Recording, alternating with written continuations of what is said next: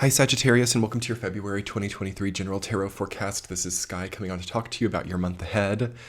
Beautiful energies coming in for you, lots of ability to overcome previous headache, previous turmoil. It's a big month for you guys. As usual, in this reading, I will be doing some intuitive messages followed by a week-to-week tarot forecast and an extended reading on Patreon below. If you're new, hit the subscribe button. And let's get into your reading, Sagittarius. Okay, Jupiter is starting to move quickly through Aries. It has been moving quite quickly through Aries since December. And now you're going to really start feeling that, okay? It's not going to feel good with your home planet being in the sign of Aries to look back over your shoulder and try to figure out why certain things happened. It's not going to feel so great to be doing a lot of past reversion, past life reversion. Certainly those things are always welcome depending on certain people's context or circumstances. But in general for Sagittarius, this is a time to start to shift towards new frontiers, okay? Like pretty big time. And I think that you guys feel this at a deep level.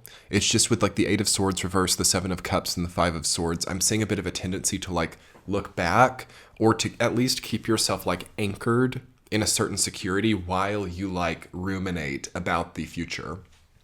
That's not actually bad in February, but I want you guys to really think about like how long you can stay in that state and perhaps even prescribe to yourself a deadline about when you're going to be out of that state and about when you're actually going to be hitting the pavement, when you're actually going to be booking that ticket, when you're actually going to be engaging that move or this new context of your life. And as I'm talking about that, Sagittarius, I'm feeling a blooming energy. Like how good it feels to actually make a choice, or how good it feels to be strong enough to trust yourself and to trust the divine protection of you and your path enough to actually engage life more. This is the most important thing for Sagittarius moving into this all planets direct, is to solve this like stagnation or to solve the illusion of safety in certain like secure environments. So if you have been on my Patreon page, I've been talking in the T-chats a lot about how we had a hibernation phase in January, which is then now being followed by a remeasurement phase, which is why the card of Seven of Cups is actually not that bad in February. It's one of the more difficult cards to find a positive counterpart to in a similar way to Five of Swords. You have two cards that are quite difficult to paint positively in your reading, and don't let that freak you out. But to me, as I've worked now for almost 7 years professionally in this space with these tarot archetypes, Five of Swords and Seven of Cups are two of the most challenging archetypes. You know, some of the more difficult ones like the Tower or the Death card or Ten of Swords, you know, things that we just immediately think are like the hardest archetypes, because of how hard they are, they actually bring with them a lot of positive opportunity.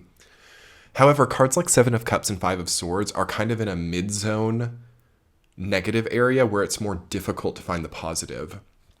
So what I feel with those archetypes coming up for you this month specifically is that I wouldn't try to paint things that you know that are negative positively. Instead, I would start to just engage action that you know is positive. So this can be positive spiritual practice. This can be things that you know have worked for you before. Okay. Also, dreams that you've not allowed yourself to participate in could be wonderful to start to move into here. As for major arcana this month, you have the Wheel of Fortune and the Strength card, which I'm very happy to see upright. It was coming up reversed for a lot of the other signs this month, so I think that you're one of the signs who can actually really perceive how the collective change of fortune that we're having right now can be positively implemented into your life. I think you're ready. I think you're ready for a change in fortune. You're ready for a different lifestyle. You're ready for different types of relationships and connections. It's very fresh.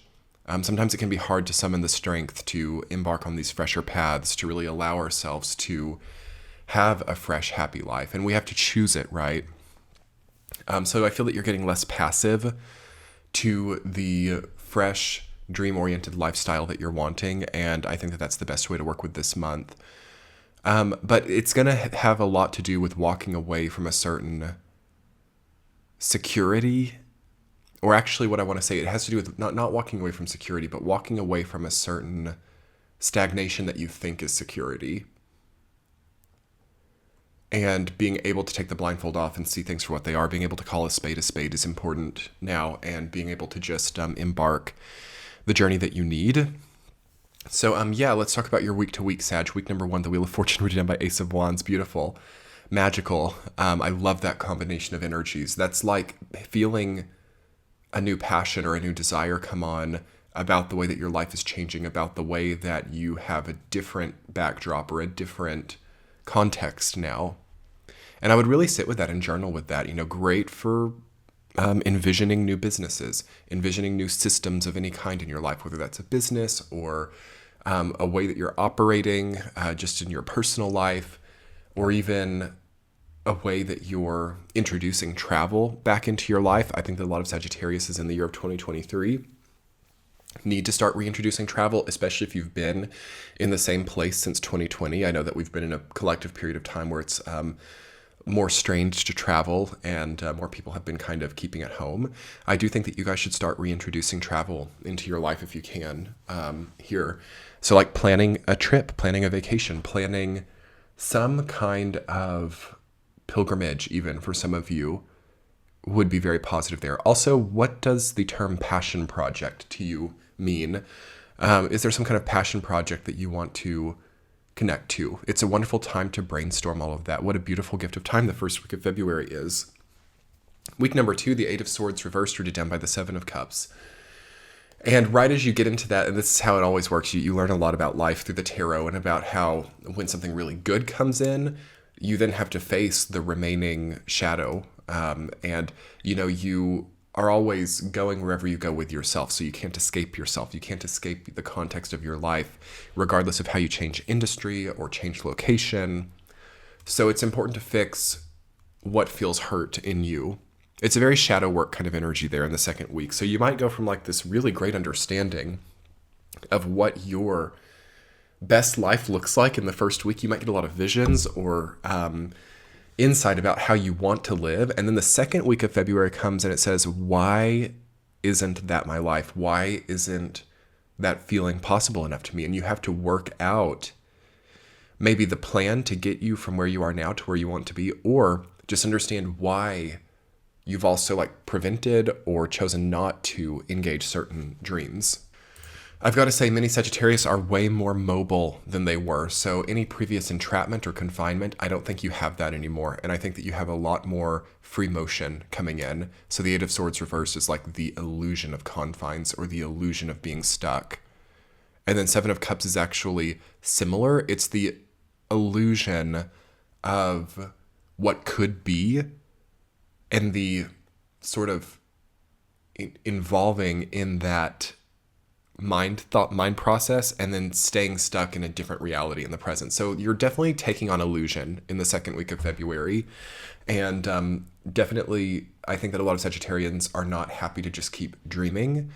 Not that you ever need to stop dreaming. Dreaming is great. But I think there might be a dream that you've had for a long time, or something you've been just ethereally connecting to for a long time. And a lot of you are just not happy to keep it to yourself, and you want to actually have it now, or you want to actually make it real.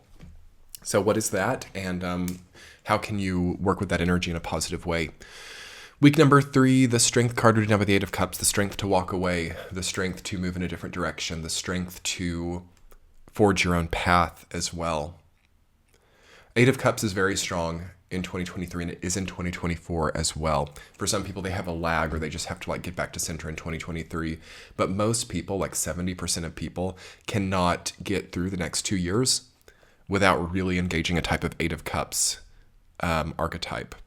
Or I should say, a lot of people can't feel fulfilled over the next 2 years without engaging the 8 of Cups archetype.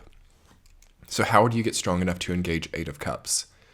For some people, it has to do with money, and it has to do with saving up. And then for other people, it has to do with also trust in the universe, trust in God. Like, why don't we trust that we will be supported on our true dream path?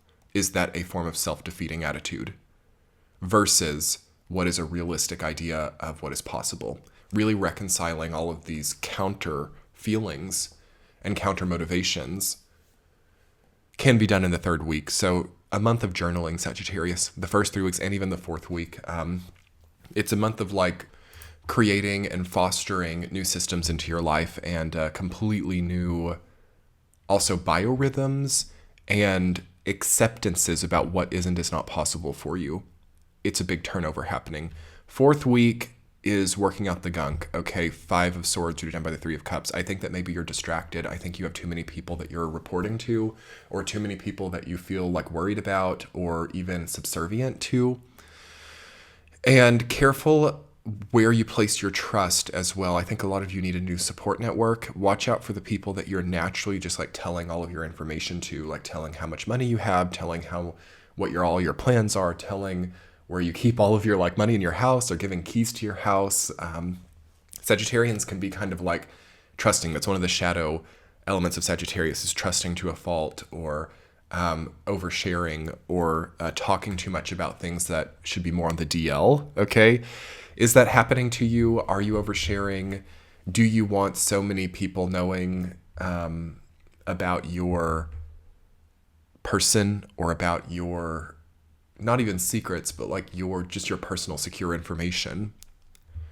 It's a good time maybe to change passwords, or to also maybe in a more symbolic way, like changing the way that you're allowing people into your life. Are you putting yourself into spaces that naturally would have damaged people, like bars or clubs or dating apps? Okay. I'm not saying we have to be all or nothing with these things, though. For me, I have a pretty hard line right now about any of those spaces, and it does, or it can be an isolating force, but sometimes that is way more opportune for you as a sign. Sagittarius, a lot of people don't know this, does deal with the theme of isolation because of the philosophical and religious connotation of the sign. It's not just like popularity and worldliness and like political savvy and comedy. It's also the sage, right? It's the silent healer. It's the hermit in a way. It's the person who has a deep understanding that in independence or in loneliness is the gift of time. So I would really lean back into that, Sagittarius, and I wouldn't freak out if you're not like just all the time having like dates or friends over or invitations. And I would really think to myself, okay, why is it that God or the universe is gifting me with so much time? There's something I need to be doing here, and just kind of meditate with that and think about that. And let's talk more about it in your extended reading, which I will link below and in the center of your screen. Let's talk more about, I love that dialogue that we're having about independence and loneliness as a positive gift. And then I'll also talk a little bit more about this dynamic between the first and second week, and energetically what that means in an overarching way for you. Come check out the extendeds on Patreon, Sag. With every membership, you get all of the readings early and ad-free. You get all of the tea chats, which are weekly forecasts. And it's a great value. So come check it out. I will link it below in the center of your screen. Let's do this extended Sag. Much love. Bye.